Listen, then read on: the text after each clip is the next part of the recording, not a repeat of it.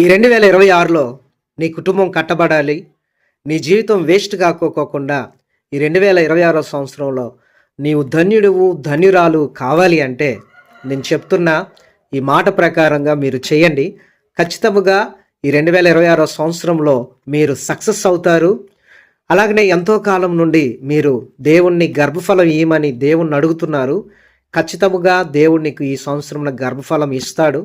అలాగనే నీ భర్తో లేకపోతే నీ భార్యో నీ బిడ్డలో నీ కుటుంబం చెల్లా చెదురైపోయి విడిపోయి ఉన్నారు. అయితే నేను చెప్తున్న ఈ మాట ప్రకారం మీరు చేస్తే ఈ 2026లో మీ కుటుంబం బాగుండాలి అంటే ఈ కీర్తన ప్రతిరోజు రాత్రి 3 సార్లు చదవండి.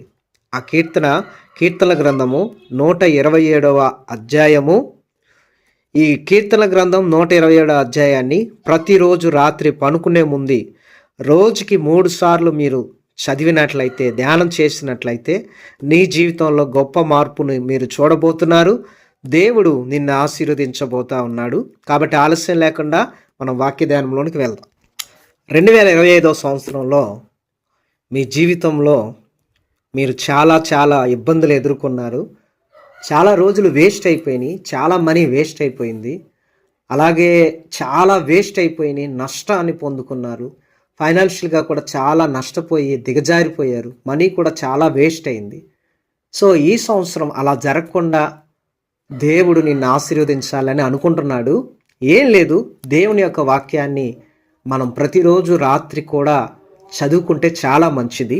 ఈ కీర్తన గ్రంథం 127 అధ్యాయాన్ని ప్రతిరోజు రాత్రి ఈ ధన్యవచనములను మీరు ధ్యానం చేసుకొని ఈ వాక్యాన్ని చదువుకొని 3 సార్లు చదువుకొని నిద్రపోండి. నీ కుటుంబాన్ని దేవుడు కడతాడు. ఈ సంవత్సరంలోనే దేవుడు నీకు సంతానం లేకపోతే సంతానం ఇస్తాడు. ఒకవేళ నీ బిడ్డల జీవితం బాగోకపోతే నీ బిడ్డల జీవితాన్ని దేవుడు బాగు చేస్తాడు. అలాగే అనేక అద్భుత కార్యాలు మీ జీవితంలో దేవుడు జరిగించబోతా ఉన్నాడు. సో దానికంటే ముందుగా ఈ యొక్క వీడియోని లైక్ చేయండి, అనేకులు కూడా షేర్ చేయండి. కామెంట్స్లో యేసయ్య నా కుటుంబం కడతాడని రాయండి. అలాగనే ఈ ఛానల్ని సబ్స్క్రైబ్ చేసుకొని బెల్ ఐకాన్ని కూడా క్లిక్ చేసి ప్రతిరోజు దేవుని యొక్క వాక్యాన్ని విని దేవుని కృపలో భద్రపరచబడండి. ఈ యొక్క వీడియో చాలా బాగుంటుంది, ఆసక్తికరంగా ఉంటుంది. సో ఆఖరి వరకు కూడా ఈ యొక్క వీడియోని దయచేసి వీక్షించండి. పరిశుద్ధాత్మ దేవుని యొక్క ఆత్మ ప్రేరేపణ ద్వారా చెబుతున్న ఈ మాటలు పెడచెవిని పెట్టొద్దు, అపనమ్మకం కలిగి ఉండవద్దు. సో దేవుని మాటలను విని ఆశీర్వదింపబడండి.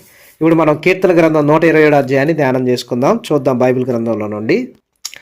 కీర్తన గ్రంథము 127వ అధ్యాయము మొదటి నుంచి ఆఖరి వచనాలు ధ్యానం చేసుకుందాం.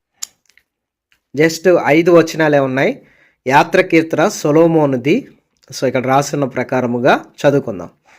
యెహోవా ఇల్లు కట్టించని ఎడల దాని కట్టువారి ప్రయాసము వ్యర్థమే. యెహోవా పట్టణమును కాపాడని ఎడల దాన్ని కావలి కాయువారు మేల్కొని ఉండుట వ్యర్థమే. మీరు వేకువనే లేచి చాలా రాత్రి అయిన తర్వాత పండుకొనుచు కష్టార్జితమైన ఆహారం తినుచుండుట వ్యర్థమే. తన ప్రియులు నిద్రించుచుండగా ఆయన వారికిచ్చుచున్నాడు. కుమారులు యెహోవా అనుగ్రహించు స్వాస్యము, గర్భఫలము ఆయన ఇచ్చిన బహుమానమే. యవన కాలమందు పుట్టిన కుమారులు బలవంతుని చేతిలోని బాణములు వంటి వారు. వారితో తన అంబులు పొద నింపుకొనిన వాడు ధన్యుడు. అటివారు సిగ్గుపడక గుమ్మములలో తమ విరోధులతో వాదించుదురు. చూడండి, దేవుడు ఒకవేళ ఇల్లు కట్టించకపోతే కట్టేవారి యొక్క ప్రయాసం వ్యర్థము అని, ఒకవేళ దేవుడు ఒక పట్టణాన్ని కాపాడకపోతే కావలి వారు ఎంతమంది మేల్కొని ఉన్నా కూడా వ్యర్థమే అని, వేకునివే లేచి రాత్రి వరకు కూడా పండుకొర్చు కష్టార్జితమైన ఆహారం తినడం కూడా వ్యర్థమే అని దేవుని యొక్క వాక్యంలో రాయబడి ఉన్నది. ఇల్లు కట్టించడం కానీ, రెండవది పట్టణాన్ని కాపాడమే కాకోకుండా ఒకవేళ దేవుడే ఒక పట్టణాన్ని కాపాడితే, దేవుడే ఒక ఇల్లును కట్టిస్తే అది వర్ధిల్లుతుంది. ఈ రోజున 2025 సంవత్సరం అంతా కూడా నీ కుటుంబాన్ని కట్టాలనుకున్నావు. ఒకవేళ నిజంగా ఇల్లే కట్టాలనుకున్నావు, ఎంత కడదామనుకున్నా నీ ప్రయాసం అంతా కూడా వ్యర్థమైపోయింది. అలాగే 2025 సంవత్సరం అంతా కూడా కాపాడాలని నువ్వు ఎంతో ప్రయత్నం చేసావు. నీ కుమార్తెని, నీ కుమారుణ్ణి, నీ జీవితాన్ని, డబ్బుని. కానీ ఎంత కాపాడాలని ప్రయత్నం చేసి నువ్వు మేలుకొని ఉండినా కానీ అదంతా కూడా వ్యర్థమైపోయి వేస్ట్ అయిపోయింది. వేకునే లేచి రాత్రి అయ్యే వరకు కూడా కష్టపడి పనిచేసావు, కష్టార్జితంతో ఆహారం తిన్నావు, కానీ అదంతా కూడా వ్యర్థమైపోయి ఎంత డబ్బు సంపాదించినా ఆ డబ్బంతా కూడా చిల్లు పడిన సంచిలో పడినట్లుగా జారిపోతూ, కన్న ఉన్న కొండలో నీళ్లు పోసినప్పుడు ఆ వాటర్ అంతా డ్రాప్ అయిపోయినట్లుగా నీ జీవితంలో అంతా వ్యర్థమైపోయింది. సో 2025వ సంవత్సరం అంతా కూడా వేస్ట్ వేస్ట్ వేస్ట్, ప్రతి ఒక్కటి కూడా వేస్ట్ అయిపోయింది. అయితే ఈ సంవత్సరమున దేవుడు నిన్ను కట్టాలనుకుంటున్నాడు, నీ కుటుంబాన్ని కట్టాలనుకుంటున్నాడు. నీ భర్తను, నీ బిడ్డలను ఆత్మీయ జీవితంలో దేవుని కట్టిస్తాడు. అలాగే దేవుడు ఈ సంవత్సరం నిన్ను కాపాడాలనుకుంటున్నాడు.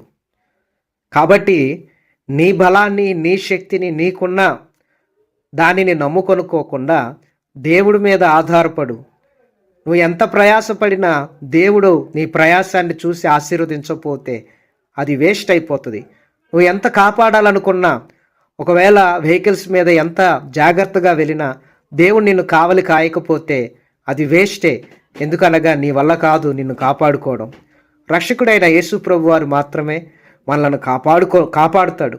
వేకువనే లేచి రాత్రి అయ్యే వరకు కూడా కష్టపడి పనిచేసి కష్టార్జితాన్ని సంపాదించాలనుకున్నా, అందులో దేవుని ఆశీర్వాదం లేకపోతే, ఆహారంలో దేవుని దీవెన లేకపోతే, అలాగా మీరు కష్టపడి ముందుకు వెళ్ళినా అది వేస్టే.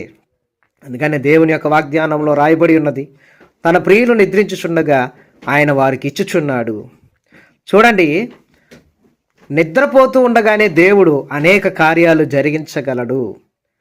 సో నువ్వు ఎంతో ప్రయాసపడి ఎంతో మేల్కొని ఉండి రాత్రంతా ఏం చేసినా కానీ దేవుడి యొక్క ఆశీర్వాదం లేకపోతే, దేవుని యొక్క ఆశీర్వాదం లేకపోతే అది వ్యర్థమే. ఒకవేళ నువ్వు ఏ ప్రయాస కూడా పడుకోకుండా దేవుని మీద నమ్మకం ఉంచి ప్రశాంతంగా నిద్రపోతున్నప్పుడు దేవుడు నువ్వు నిద్రించినప్పటికి కూడా నీకు కావలసిన వాటన్నిటిని దేవుడు నీకు ఇస్తాడు. సో ఈ 2026వ సంవత్సరంలో దేవుడు నీ కుటుంబాన్ని కట్టబోతూ ఉన్నాడు. దేవుడు నిన్ను కాపాడబోతూ ఉన్నాడు. నీ కష్టార్జితాన్ని దీవించబోతూ ఉన్నాడు. నీవు నిద్రించుచుండగానే దేవుడు అనేక కార్యాలు నీ పట్ల జరిగించబోతూ ఉన్నాడు. 3వ వచనంలో, కుమారులు యెహోవా అనుగ్రహించు స్వాస్థ్యం, గర్భఫలము ఆయన ఇచ్చు బహుమానమే. ఈ రోజున కుమార్తెలను దేవుడు నీకు ఇచ్చి ఉన్నాడు. అనగా నీకు దేవుడు సంతానాన్ని ఇచ్చి ఉన్నాడు. అనగా మగవారు, ఆడవారు సంతానంగా మీకున్నారు. దాని అర్థం ఏంటంటే దేవుడు నీకు స్వాస్థ్యాన్ని ఇచ్చాడు, అంటే ప్రాపర్టీని దేవుడు నీకు ఇచ్చాడు. నీకున్న కూతురే అవ్వచ్చు, కొడుకే అవ్వచ్చు, మనవళ్ళు అవ్వచ్చు, మనవరాళ్ళు అవ్వచ్చు, ఇవన్నీ కూడా దేవునికి ఇచ్చిన స్వాస్థ్యం, అనగా ప్రాపర్టీ. 100 ఎకరాల పొలాన్నో లేకపోతే 100 ఎకరాల భూమినో తల్లిదండ్రులు తమ బిడ్డలకు ఇస్తూ ఉంటారు స్వాస్థ్యముగా, వెండి బంగారాలను ఇస్తాడు. కానీ దేవుడు రక్త మాంసాలతో కూడుకొని నీ పోలిక చొప్పున నీకు దేవుడు సంతానాన్ని ఇచ్చి ఉన్నాడు. వారు దేవునికి ఇచ్చిన స్వాస్థ్యం, అనగా ప్రాపర్టీ అన్నమాట. కాబట్టి నీకు అనుగ్రహింపబడిన బిడ్డలను నువ్వు చాలా జాగ్రత్తగా కాపాడుకొని ముందుకు తీసుకొని వెళ్ళాలి. గర్భఫలము ఆయన ఇచ్చు బహుమానం. ఒకవేళ ఇంతవరకు మీకు గర్భఫలం లేదేమో, ఈ 2026వ సంవత్సరం ఈ జనవరి మాసంలోనూ లేకపోతే ఈ 6 నెలల్లోనూ ఈ సంవత్సరాంతంలోనో ఏదో ఒక నెలలో దేవుడు నీకు గర్భఫలం ఇవ్వబోతా ఉన్నాడు. ఇంతవరకు మీకు గర్భఫలం లేదు. ఒకవేళ లాస్ట్ ఇయర్ అబార్షన్ అయ్యి వేస్ట్ అయిపోయి ఉండవచ్చు, కానీ ఈ సంవత్సరం నా దేవుడు నీకు గర్భఫలాన్ని ఇవ్వబోతా ఉన్నాడు. యవన కాలమందు పుట్టిన కుమారులు బలవంతుని చేతుల్లో బాణములు వంటి వారు, వారితో తన అమ్ముడుపోతు నింపుకున్నవాడు ధన్యుడు. అట్టివారు సిగ్గుపడక గుమ్మంలో తమ విరోధులతో వాదించుదురు. చూడండి, యంగ్ స్టేజ్లో ఉన్నప్పుడు పుట్టిన బిడ్డలట బలవంతుని చేతిలో బాణాలు వంటి వారట. ఒక బలవంతుని చేతిలో బాణాలు ఉంటే ఆ బాణాలతో ఎంతోమంది శత్రువులను ఆ బలవంతుడు హతం చేయగలుగుతాడు.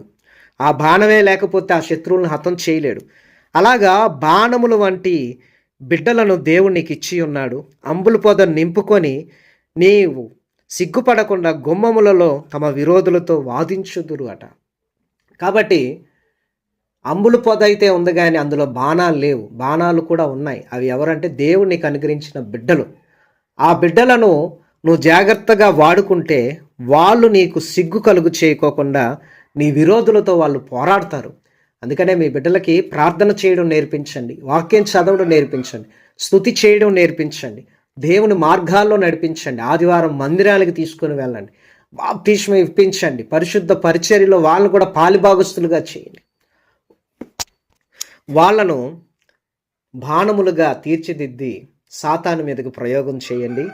కాబట్టి దేవుడు ఈ సంవత్సరం నీకు ఇచ్చిన, ఒకవేళ ఇంతకుముందు మీకు బిడ్డలను దేవుడు ఇచ్చాడు, వాళ్ళు బలమైన వ్యక్తులుగా మీరు గుర్తించండి. ఒకవేళ ఇంతవరకు సంతానం లేకపోతే ఈ సంవత్సరంలో ఖచ్చితంగా దేవునికి సంతానాన్ని ఇస్తాడు. కాబట్టి ప్రతిరోజు రాత్రి పనుకునే ముందు 3 సార్లు కీర్తన గ్రంథం 127 సొలొమోనుది ఈ కీర్తన గ్రంథంలో ఉన్న ఈ 5 వచనాలను ప్రతిరోజు కూడా ధ్యానం చేసుకుంటూ ఉండండి. దేవుడు మిమ్మల్ని, మీ కుటుంబాన్ని ఈ సంవత్సరం దీవించి ఆశీర్వదించండి. లాస్ట్ ఇయర్ వేస్ట్ అయినట్లుగా ఈ ఇయర్ మీరు వేస్ట్ అవ్వరు. దేవుడు మిమ్మల్ని దీవించి ఆశీర్వదించును గాక. ఆమేన్. కాబట్టి స్క్రీన్ మీద కనపడుతున్న నెంబర్కి వాట్సాప్ ఉంటుంది. వాట్సాప్ ద్వారా మీ ప్రార్థనాస్తులు తెలియపరచాల్సింది కోరుతున్నాను. అలాగనే కాల్ చేసి కూడా మీ ప్రార్థనాస్తులు తెలియపరచాల్సిందిగా ప్రభు పేరిట మనవి చేస్తూ ఉన్నాను. అలాగనే దయచేసి ఈ యొక్క వీడియోని లైక్ చేయండి, షేర్ చేయండి, ఛానల్ని సబ్స్క్రైబ్ చేసుకోనండి. అనేకులకు కూడా దేవుని యొక్క వాక్యాన్ని మీరు పంపించండి. సో ప్రతిరోజు రాత్రి పనుకునే ముందు కీర్తన గ్రంథం 127 అధ్యాయం 3 సార్లు చదవండి. ఇప్పుడు కామెంట్స్లో యేసయ్య నా కుటుంబాన్ని కడతాడు, నా కుటుంబం కట్టబడుతుందని కామెంట్ చేయండి. God bless.